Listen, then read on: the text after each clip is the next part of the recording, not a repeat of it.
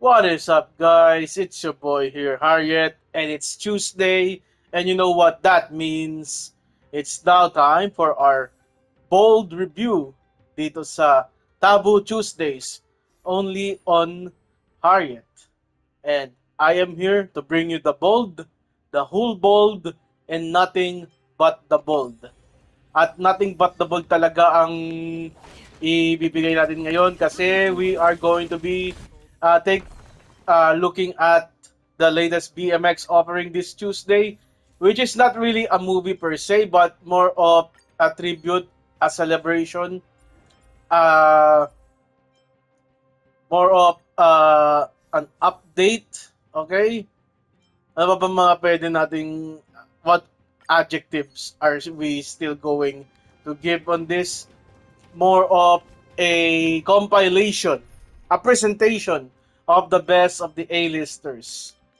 Arouse. Parang solo leveling lang, you know? Imbes na arise, arouse. Ayun. So yeah, this is Arouse, a presentation by your host, Jen Rosa, and Aiko Garcia, detailing the best of the BMX A-listers. So, yung mga nakakaalala, yung A-listers, sila yung mga nauna sa BMX. So, I've been reviewing the A-listers for a long time, ladies and gentlemen. And ngayon, currently, wala na silang project. I think they move on to greener pastures. But they are the most familiar names in BMX history. Okay? They are the most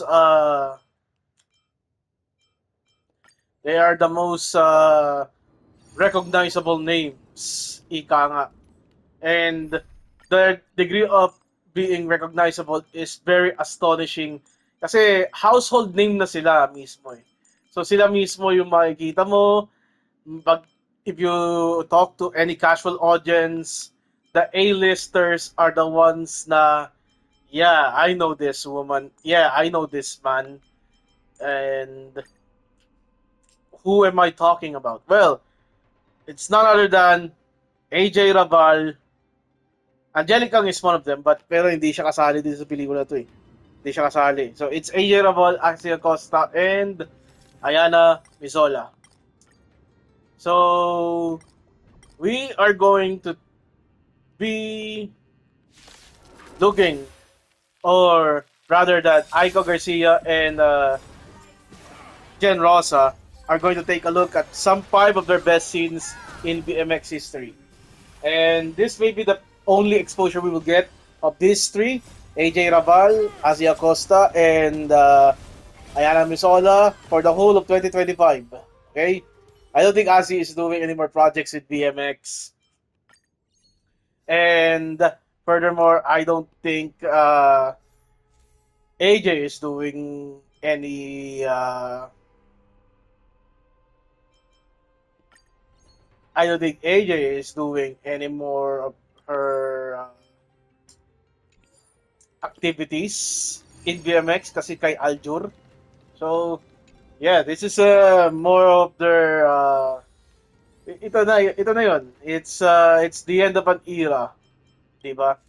So, what are the best 5 scenes according to them that are regarded the best of the best sa mga A-listers?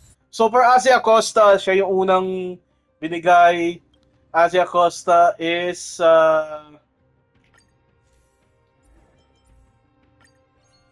has 5 scenes. Okay? So first one is Suke, kasama niya dito si John Flores. Yeah, ito yung may tombstone pile driver position. And 69 na nakatayo. So that's the tawag doon, tombstone pile driver. Ayan. Suke, very good movie talaga. It garnered a smash tier pagkakatanda ko. Also, second one, si Diablo. Dito is Asia Costa is flat-chested. So this is her extra pa lang siya dito, or rather she's playing a sub role sa supporting role dito. And wala pang di pa implanted si Miss Costa dito, flat-chested pa siya. Kasama nila si Ben Sangalang. This is infamous for Ben Sangalang doing the Jeff Hardy sign. Okay? Alam mo yung sign ni Jeff Hardy? O, ayun. Kasama niya dito si Sheena Yurin. So, very nice. Very nice movie. Very, Sitio Diablo. I think that's one of the better AJ Rabal movies. Diba? It's a nice pick talaga. And it's a nice callback sa sa origins ni Miss Acosta. Okay, so we got two movies. Number 3 is Tommy. Fantasya ni Tommy is regarded na medyo siya. Tawag doon, medyo controversial siya when it first got announced. Maraming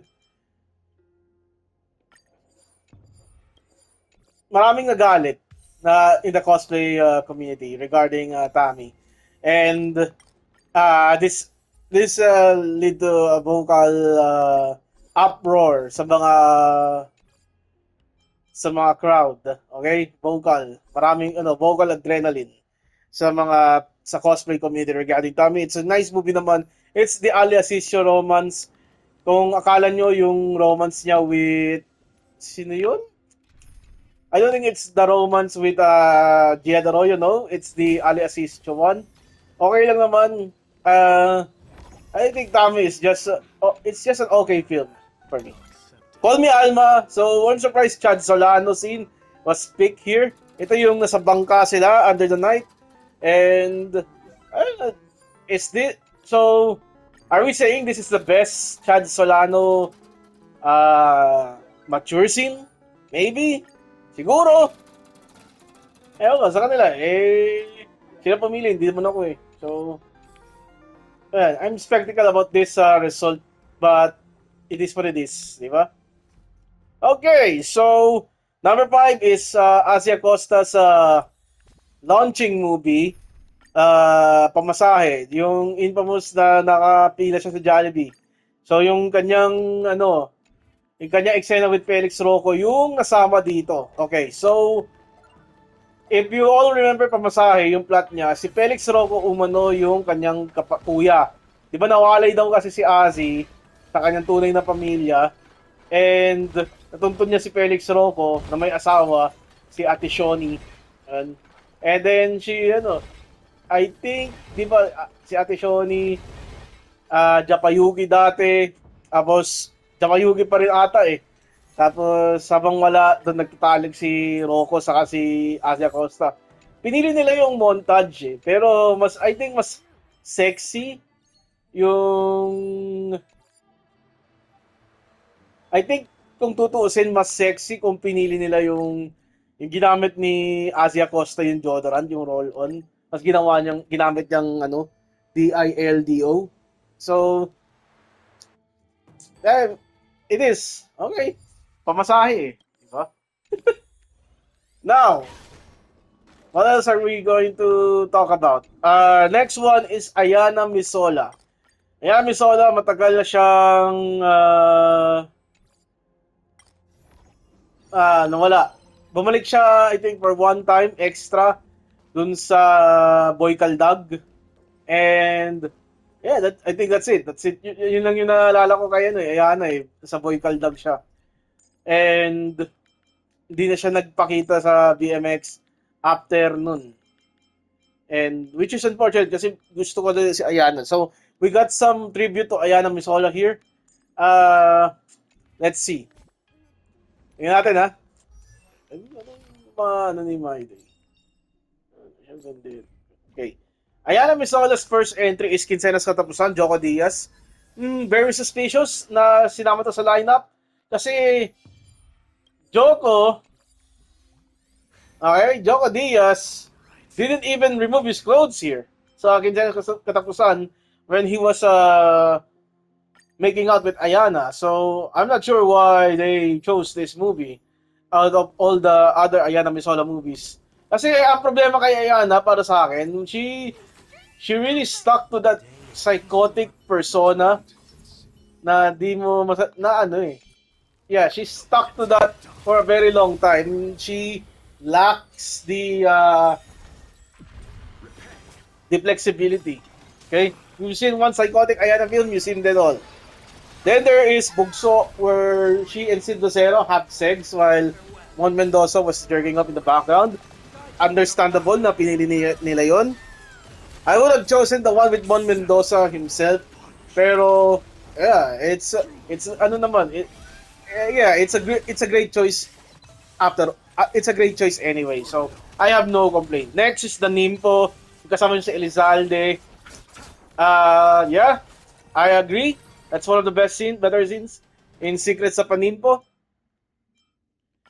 I think when it's all said and done with Ayana and company, Nimpo is one of her better performance as psychotic Ayana. Okay.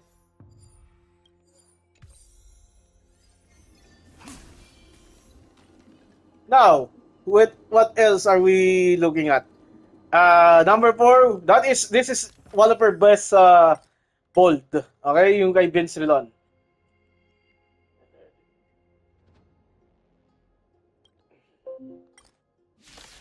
So, when I say better bold kay Vince Rilon, it is Larawan, L. Larawan Liko Ligibat, Larawan.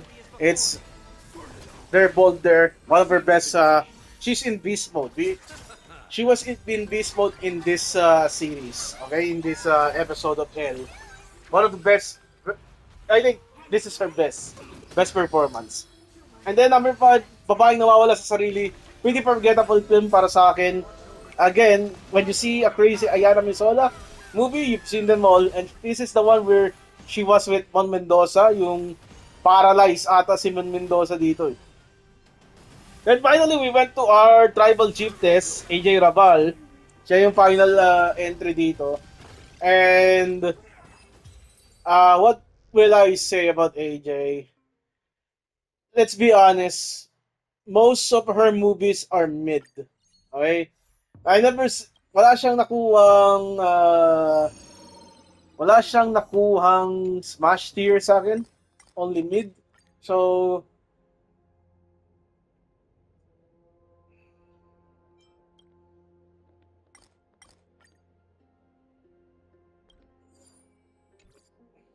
I don't know.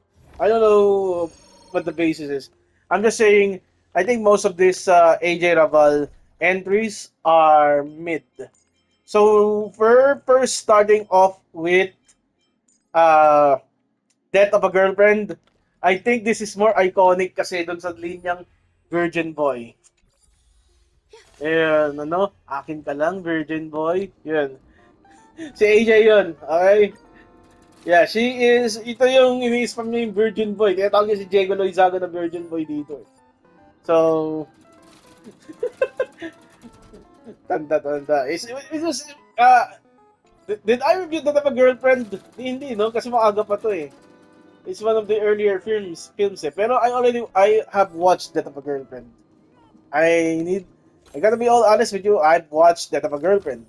And it's not a really good movie, I think. Yeah, it's not really a good movie.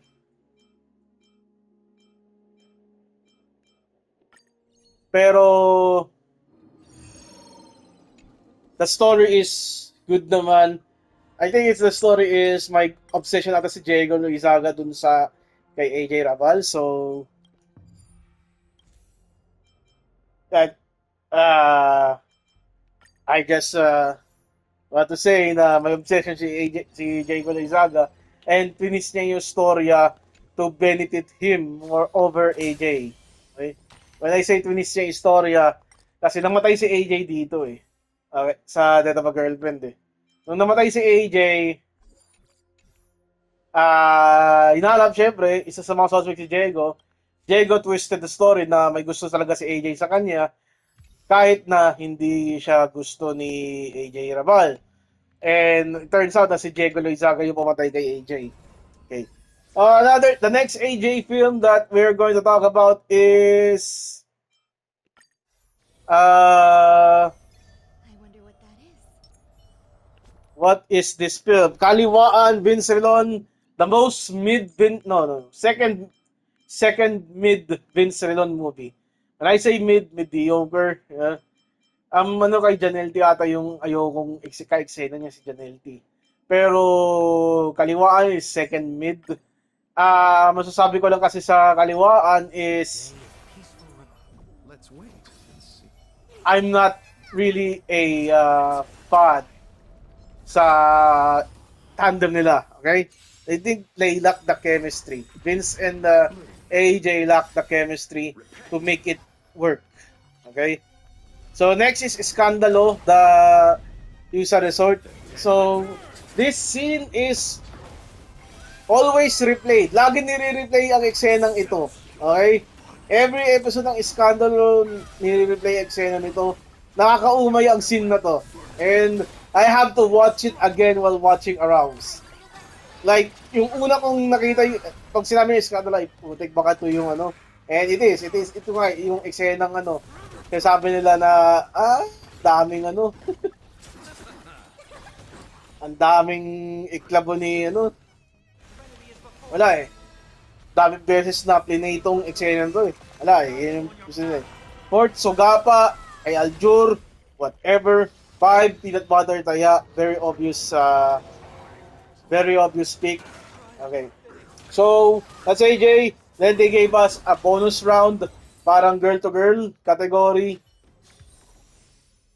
Pag sinabi kong girl-to-girl, it's the three, Asia Costa and another woman. So, kay Asia Costa, binigay nila is... ano binigay nila kay Asia?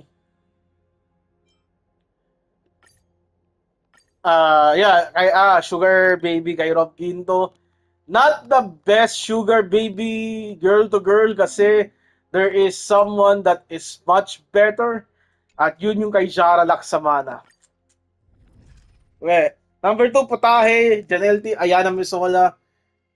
Sabi na kaibigan ko maganda daw to eh. So, ang ano dito kasi may tongue action si Ayana saka si Janelty. And I don't know if I will agree with that kasi I'm not really a fan of Janelty's work rate. Pero, sige. Hayaan na natin. Let's see. And next one is Us Her, which is a very overhyped movie para sa akin. Us Her is the tandem ni AJ Rabal at ni Angelica. It was overhyped kasi first time nila magiging together eh. Para pinagtambal eh.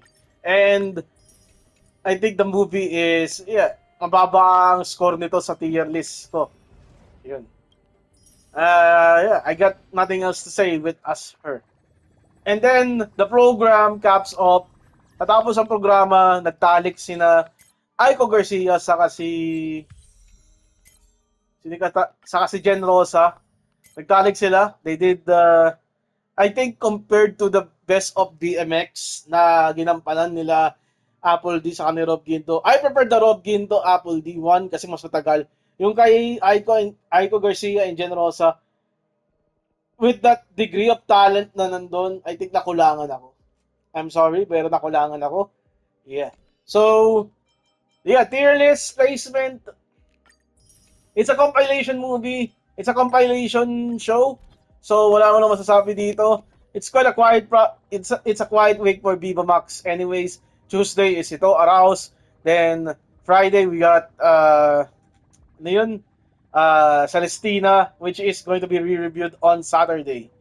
Kaya, so ang marireview ko lang dito is yung pagtatalik nila Aiko Garcia at ni Jen Rosa. I'm just gonna give it just about bearable. Okay? Nothing much to talk about. So that's it.